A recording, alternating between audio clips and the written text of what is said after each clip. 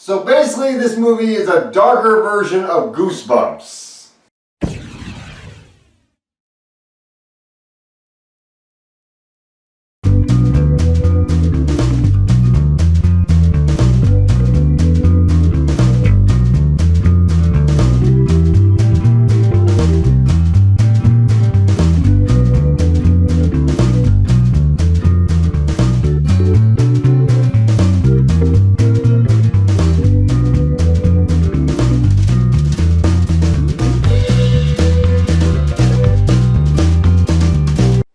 Scary Stories to Tell in the Dark, directed by Andrea Overdahl and written by Guillermo del Toro. This movie's set in 1968, starring Zoe Margaret Coletti as Stella. She is a teenager who is living in 1968, and it's Halloween.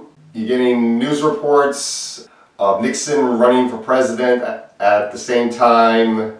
She and some of her friends go to a haunted house to look around, and they find a book full of scary stories. She begins to read the book, and the stories start coming to life. The creatures in the book start going after her friends. One creature goes after her friend Augie, another creature goes after her friend Charlie. There's one scary story happening to Charlie's sister Ruth. There's another one happening to the bully Tommy about a scarecrow. And at the center of the story there is a ghost named Sarah Bellows who's creating all these monsters. And Stella has to find a way to stop Sarah Bellows, and that's pretty much our movie. Now, I have been wanting to see this movie because I did like the books that this movie is based on. I wanted to see how well this movie was going to bring these stories to life. And I thought this movie was a really good film. The young actors in this movie are great.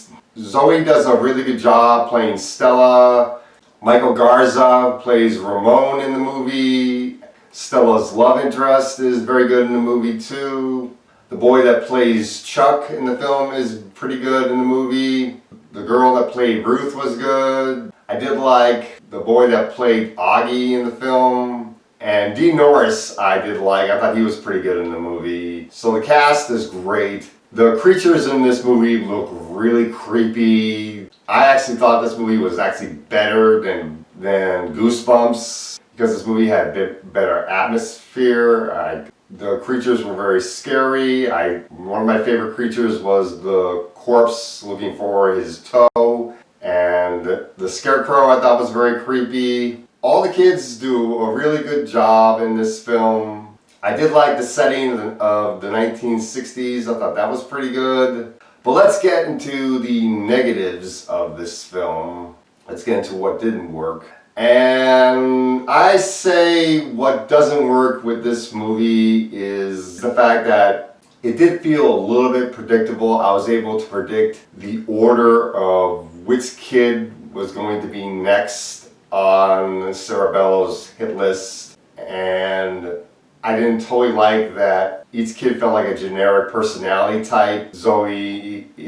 Stella's character is the generic protagonist, but I actually did like her character.